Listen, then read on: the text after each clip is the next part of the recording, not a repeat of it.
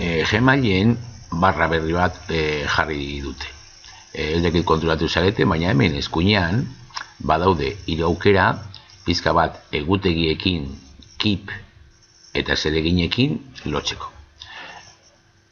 Kalendarren sakatzen badugu, agertuko zaigu kalendar bat, egutegi bat, hor bertan egiteko jartzeko zereginak hortik atera gabe.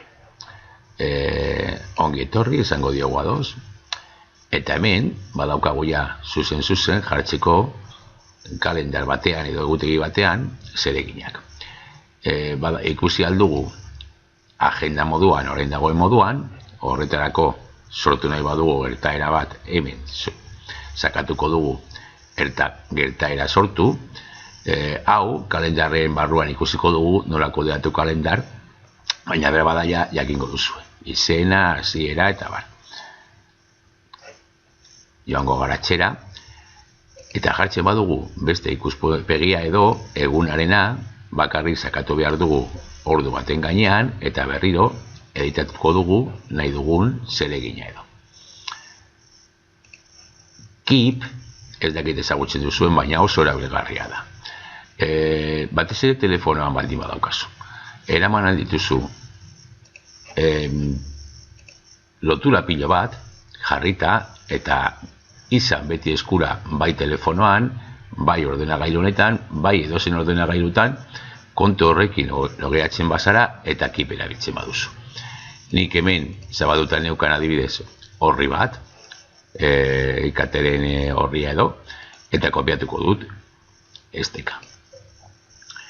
Joango naiz Keepera eta hor bertan esango diot egiteko ohar berri bat. Eta itxatziko diot helbide hori. Egina. Badaukat hemen bertan Keep barruan eta eskura edozen momentutan web horri hori. Egin behar duena da sakatu gainean, testu hartu eta eskuineko botoiarekin hil. Hau ez. Orduan zabaltzen da horri hori. Telefonoan berdin egin aldugu eta telefonotik ateratzen ditugun helbideak ere edo Keepen gordetzen ditugun helbideak ordenagailuan ere agertuko zaizkigu. Sinkronizaturik daude.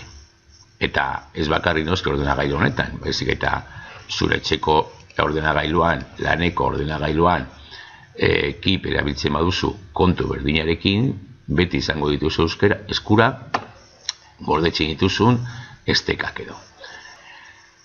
Goian sakatzen badugu, ireki beste fitxa batean, zabaltzen da Keep. Eta hau da Keep aplikazioa. Hemen, ikusten duzuenez, badago jarrita ja, lehen jarri dugun etiketa edo esteka. Keepera llegatzeko baitare, bilatu alduzue betiko puntuetan Google Suite osoa ikusteko eta hortik agertuko zaizue Google Keep. Agian dedikatuko diogu zatitxo bat beste saio batean, berari bakarrik. Eta azkenengoa da zereginak. Zereginetan sakatzen badugu, egingo duguna izango da zeregin bat gehitu, nahi dugun moduan, gero egutegiaren antzekoa izango da, bakarrik egingo duguna izango da zeregin bat, jarriko dugu zein den,